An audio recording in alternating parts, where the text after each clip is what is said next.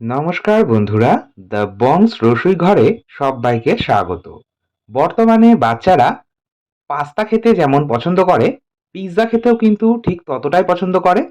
তাই আমার আজকের রেসিপি পাস্তা আর পিৎজার কম্বিনেশনে পাস্তা পিৎজা। এটা আমি কোনো রকম ইস্ট, ওভেন বা চিজের ব্যবহার ছাড়া বানাবো।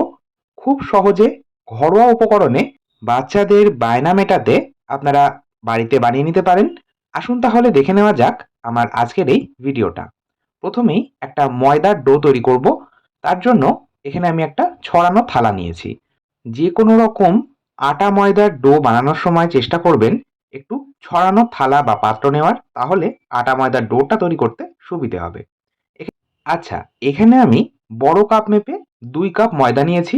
এরই সাথে দিয়ে দিলাম হাফ চা চামচ লবণ আর হাফ চা চামচ বেকিং পাউডার। আর দেব 1/4 চা চামচ খাবার সোডা বা বেকিং সোডা। যেহেতু সম্পূর্ণ ইস্ট ছাড়া এই পিৎজা বান বানাচ্ছি, এই জন্য খাবার সোডা আর বেকিং পাউডার ব্যবহার করতে হবে। এরই সাথে 1 চা চামচ চিনি ব্যবহার করব। চিনিটা কিন্তু মিষ্টির জন্য ব্যবহার করছি না, চিনিটা টক দইটাকে ফার্মেন্ট হতে সাহায্য করবে। তাই অবশ্যই একটু চিনি দিলে ভালো হয়। শুকনো উপকরণগুলো ভালোভাবে মিশিয়ে নেওয়ার পর দিচ্ছি 1 চা চামচ রিফাইন্ড অয়েল বা সাদা তেল। যে কোনো সাদা তেল ব্যবহার করা যেতে পারে, চাইলে অলিভ অয়েল ব্যবহার করতে পারেন, আবার চাইলে বাটারও কিন্তু আপনারা ব্যবহার করতে পারেন। আর বাটার যদি ব্যবহার করেন তাহলে মেল্টেড বাটার ব্যবহার করলে ভালো হয়। এবার আমি ভালো করে, ঠিক যেভাবে আটা ময়দা আমরা ময়াম দিয়ে থাকি সেইভাবেই ভালো করে তেলটা মিশিয়ে নিলাম। এবার এর মধ্যে দেব টক দই। এখানে আমি 1 কাপ টক দই নিয়েছি। যেহেতু এই কাপ মেপে 2 কাপ ময়দা নিয়েছি, তাই এই বড় কাপটা মেপেই আমি 1 কাপ টক দই নিলাম। দইটাও ভালো করে মিশিয়ে নিচ্ছি। আর এটা তৈরি করার সময় কিন্তু কোনো রকম জলের ব্যবহার করার প্রয়োজন নেই। মানে ডোটা কোনো রকম জলের ব্যবহার ছাড়াই তৈরি হবে। দই দিয়ে কিন্তু এই ডোটা সম্পূর্ণ তৈরি হয়ে যাবে। আর এটা এইরকম একটু স্টিকি ডো তৈরি করতে হবে। আপনারা ইস্ট ছাড়া যখন যেকোনো রকম বান বা ব্রেড বানাবেন, চেষ্টা করবেন এইরকম একটা স্টিকি বা চটচটে ডো তৈরি করার। তাহলেই কিন্তু আপনাদের ব্রেড বা বান যেটাই বলেন সেটা কিন্তু সফট তৈরি হবে। আর 10 থেকে 12 মিনিট এটা এইভাবে মেখে নিতে হবে। চাইলে আপনারা এটা কিচেন স্ল্যাব বা কিচেন টেবিলের উপর রেখেও কাজটা করতে পারেন। আর খুব যদি হাতের সাথে লেগে যায় এই ডোটা তৈরি করার সময়, সেক্ষেত্রে আপনারা সাদা তেল বা বাটারও হাতে অল্প অল্প ব্যবহার করবেন আর ডোটা তৈরি করবেন। এইরকম একটা স্টিকি আর সফট ডো তৈরি করতে হবে। দেখুন, ডোটা সেট হওয়ার জন্য আমি এটা কভার করে 30 থেকে 40 মিনিট রেখে দিচ্ছি। অপরদিকে পিৎজা সস তৈরি করব। তার জন্য কড়াই দিচ্ছি 1 টেবিল চামচ সাদা তেল। তেলটা ভালো করে কড়াইয়ে ছড়িয়ে নিচ্ছি আর গরম করে নিচ্ছি। তেল গরম হলে দিচ্ছি 7 থেকে 8টা রসুনের কোয়া আর দিচ্ছি 1/4 ইঞ্চি আদা, অর্থাৎ হাফ ইঞ্চির থেকেও কম পরিমাণে আদা আমি খোসাটা ছাড়িয়ে একটু ছোট করে কুচিয়ে রেখেছি, সেটাই ব্যবহার করছি। আদা আর রসুনটা হালকা লালচে রং হলে দিয়ে দেবো দুটো মাঝারি সাইজের পেঁয়াজ। পেঁয়াজটাও আমি রাফলি কেটে রেখেছি। আর এতে কিন্তু রসুনের ব্যবহারটা একটু বেশি করলে ভালো হয়। দেখুন, পেঁয়াজটা হালকা লালচে করে ভেজে নেওয়া হয়ে গেছে। দিয়ে দিচ্ছি 3টে মাঝারি সাইজের টমেটো। টমেটোটাও এবার আমি একটু ভেজে নেব বা ফ্রাই করব। তবে তার আগে কিছু মশলা এর মধ্যে ব্যবহার করতে হবে। দিচ্ছি হাফ চা চামচ লবণ আর দিয়ে দিচ্ছি 1 চা চামচ অরিগ্যানো বা পিৎজা হার্ব, 1 চা চামচ মিক্সড হার্ব আর এরই সাথে যাবে হাফ চা চামচ চিলি ফ্লেক। এখানে আমি রেড চিলি ফ্লেক্স ব্যবহার করছি। আর ঝালটা অবশ্যই স্বাদ মতন দেবেন। আর যদি আপনাদের কাছে চিলি ফ্লেক্স না থাকে, সেক্ষেত্রে অসুবিধে নেই, আপনারা পরিমাণ মতন শুকনো লঙ্কা একটু ড্রাই রোস্ট করে নিয়ে আধ ভাঙ্গা করে নিলেই তৈরি হয়ে যাবে চিলি ফ্লেক্স। দেখুন, টমেটোটা সম্পূর্ণ মেল্ট হয়ে গেছে। দিয়ে দিলাম 2 টেবিল চামচ টমেটো কেচাপ আর হাফ চা চামচ চিনি। চিনি দিলে টেস্টটা ব্যালেন্স হবে। সমস্তটা মিশিয়ে নিয়ে গ্যাসের ফ্লেম বন্ধ করে এটা আমি একটা আলাদা প্ল্যাটারে ট্রান্সফার করে নিচ্ছি। আর সম্পূর্ণ ঠান্ডা হয়ে যাওয়ার পর একটা গ্রাইন্ডিং জারের মধ্যে নিয়ে এটার একটা পেস্ট বানিয়ে নেব। তাহলেই দোকানের মতন পিৎজা সস একদম তৈরি হয়ে যাবে। চলে যাচ্ছি নেক্সট স্টেপে। কড়াইয়ে দিচ্ছি 2 টেবিল চামচ বাটার। আর এখানে কিন্তু তেল ব্যবহার করলে হবে না, বাটার ব্যবহার করলেই স্বাদটা বেশি ভালো হবে। বাটারটা আমি ভালো করে প্রথমে মেল্ট করে নিচ্ছি। বানাচ্ছি গার্লিক হোয়াইট সস। এখানে আমি ১ টেবিল চামচ একদম মিহি করে কুচোনো রসুন নিয়েছি। ৭ থেকে ৮ টা রসুনের কোয়া একদম মিহি করে কুচিয়ে নিয়েছি। রসুনটা এই বাটারের সাথে একটু ভেজে নেব।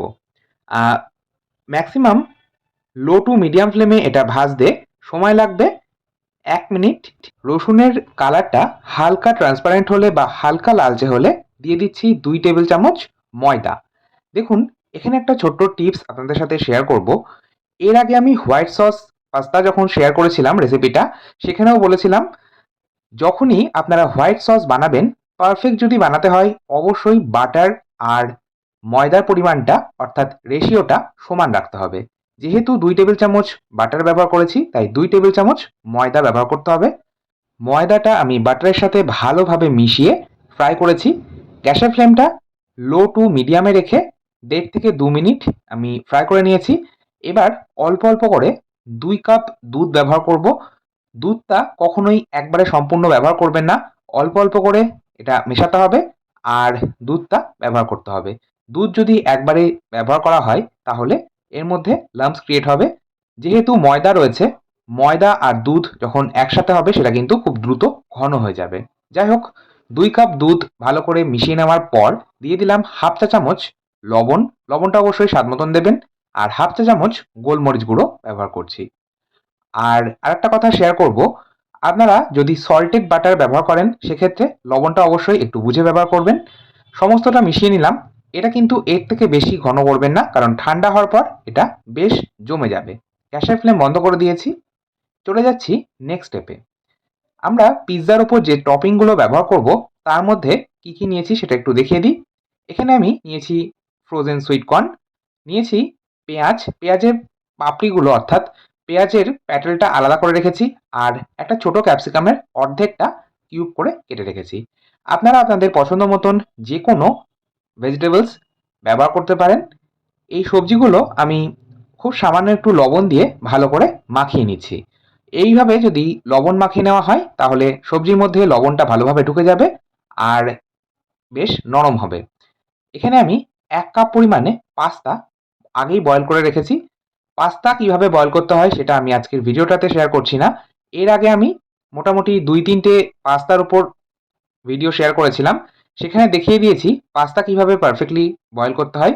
তো ভিডিও লিঙ্কগুলো আমি অবশ্যই ডেসক্রিপশন বক্সে দিয়ে দেবো। প্লিজ একবার চেক করে নেবেন। অপরদিকে ৩০ মিনিট হয়ে গেছে। এই ডোটা সেট হয়ে গেছে। হাতের মধ্যে ১/২ চামচ মতন বাটার নিয়েছি। এবার এই বাটার দিয়ে ভালো করে আমি ডোটাকে আরও একবার মথে নিচ্ছি।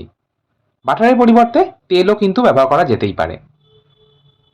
আর আপনারা নিশ্চয়ই লক্ষ্য করছেন এই ময়দার ডোটা সেট হওয়ার পরেও কিন্তু বেশ নরম রয়েছে। এইরকম যদি নরম ডো থাকে তাহলেই বুঝবেন আপনাদের পিৎজা বান ইস্ট ছাড়া কিন্তু একদম সফট তৈরি হবে। আচ্ছা, এটাকে আমি দুটো ভাগে ভাগ করলাম। দুটো পিৎজা আমি তৈরি করব। বড় কাপের ২ কাপ ময়দা থেকে দুটো পিৎজা ভালো মতন তৈরি হয়ে যাবে। এখানে আমি একটা স্টিলের প্লেট নিয়েছি। যেহেতু গ্যাস ওভেনে তৈরি করব তাই এইরকম একটা স্টিলের প্লেট নিয়েছি। প্লেটটাতে একটু বাটার মাখিয়ে নিচ্ছি। চাইলে তেলও কিন্তু মাখিয়ে নেওয়া যেতেই পারে। এবার যে দুটো ডো বানিয়ে রেখেছিলাম সেখান থেকে একটা ডো নিয়ে নিলাম। হাতের এই আঙুলগুলোর সাহায্যে দেখুন এইভাবে প্রেস করে করে এটাকে একটু লম্বা করে নিচ্ছি। যেহেতু ভীষণই সফট ডো তাই এটা কিন্তু আলাদা করে বেলে নেওয়ার প্রয়োজন নেই। আঙুল দিয়ে এইভাবে প্রেস করে লম্বা করে নিতে হবে। আর এজেস গুলো অর্থাৎ এই যে সাইড গুলো একটু মোটা রাখছি, ঠিক যেমন পিৎজা বানে হয়ে থাকে। একটা কাঁটা চামচ বা ফর্কের সাহায্যে বেশ অসংখ্য পরিমাণে ছিদ্র করে নিলাম। এটা কিন্তু অত্যন্ত জরুরি একটা স্টেপ। এইভাবে যদি ছিদ্র না করে নেওয়া হয় তাহলে এটা যখন বেক হবে ফুলে উঠবে। আচ্ছা, এবার যে পিৎজা সস আর চিজ স্প্রেডটা বানিয়ে রেখেছি সেটা উপর থেকে দিয়ে দিচ্ছি। এই পরিমাণগুলো কিন্তু আমি বলবো না, এগুলো আপনাদের ইচ্ছে মতন কম বেশি দিতেই পারেন। আর আপনারা চিজের পরিবর্তে এইভাবে চিজ স্প্রেড ব্যবহার করে অবশ্যই একবার পিৎজা বাড়িতে বানিয়ে নিতে পারেন। আপনারা নিজের মুখে যদি না বলেন এতে চিজের ব্যবহার হয়নি তাহলে কিন্তু কেউ বুঝতেও পারবে না। উপর থেকে আমি দিয়ে দিলাম আগে থেকেই লবণ মাখিয়ে রাখা ভেজিটেবলস গুলো আর বয়েল করে রাখা পাস্তাটা। পাস্তার পরিমাণগুলোও কিন্তু অবশ্যই নিজেদের ইচ্ছে মতো নিতে পারেন। আর এখানে আমি পেনে পাস্তা ব্যবহার করছি। আপনারা চাইলে ফুসিলি পাস্তা কিংবা অন্য যেকোনো রকম পাস্তার ব্যবহার করতেই পারেন। ওপর থেকে আবারও আমি হোয়াইট সসটা অল্প পরিমাণে দিয়ে নিলাম।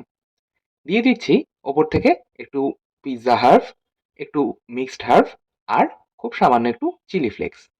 এগুলো আপনাদের পরিমাণ মতন নিতে পারেন। আচ্ছা, এবার পিৎজাটা বেক করব কড়াইয়ে। তার জন্য দিয়ে দিচ্ছি কড়াইয়ের মধ্যে বেশ কিছুটা পরিমাণে লবণ। আর আপনারা লবণ যদি দিতে না চান সেক্ষেত্রে নাও দিতে পারেন, অসুবিধে নেই। একটা ছোট বাটি আমি এইভাবে একদম মাঝ বরাবর বসিয়ে নিলাম।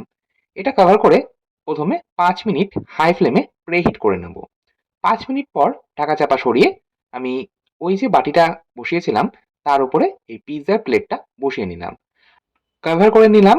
গ্যাসের ফ্লেমটা আমি রাখছি মিডিয়াম টু হাই, একদম হাই ফ্লেমে রাখবেন না। আর এটা আমি এবার ১০ থেকে ১২ মিনিট বেক করব। ১০ থেকে ১২ মিনিটেই কিন্তু গ্যাস ওভেনে পিৎজা তৈরি হয়ে যাবে। একটা আমি ওটিজি ওভেনে বেক করে দেখাচ্ছি। দেখুন, টেম্পারেচারটা আমি ২০০ ডিগ্রিতে রাখছি, সিলেক্টার মিডিয়াম রেখেছি আর টাইমারটা সেট করছি ৮ থেকে ১০ মিনিট। আর ওটিজি ওভেন বা মাইক্রো ওভেনে ৮ থেকে ১০ মিনিটেই কিন্তু পিৎজা তৈরি হয়ে যাবে। অপরদিকে ১২ মিনিট হয়ে গেছে। আমি ওভেনে যে পিৎজাটা তৈরি করছিলাম সেটা বার করে নিলাম। একটু ঠান্ডা হলে আমি এটা একটা প্ল্যাটারের মধ্যে ট্রান্সফার করে নিচ্ছি।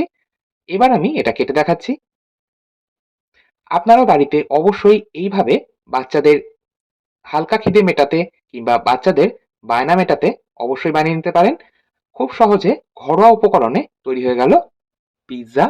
আর এটা কিন্তু দোকানের থেকেও স্বাদ বেশি ভালো হয়। আপনারা এইভাবে একবার ট্রাই করে দেখতেই পারেন। আজকের মতো এই পর্যন্তই। আবার চলে আসবো নতুন কোনো ভিডিও নিয়ে। ভালো থাকুন, সুস্থ থাকুন। ধন্যবাদ।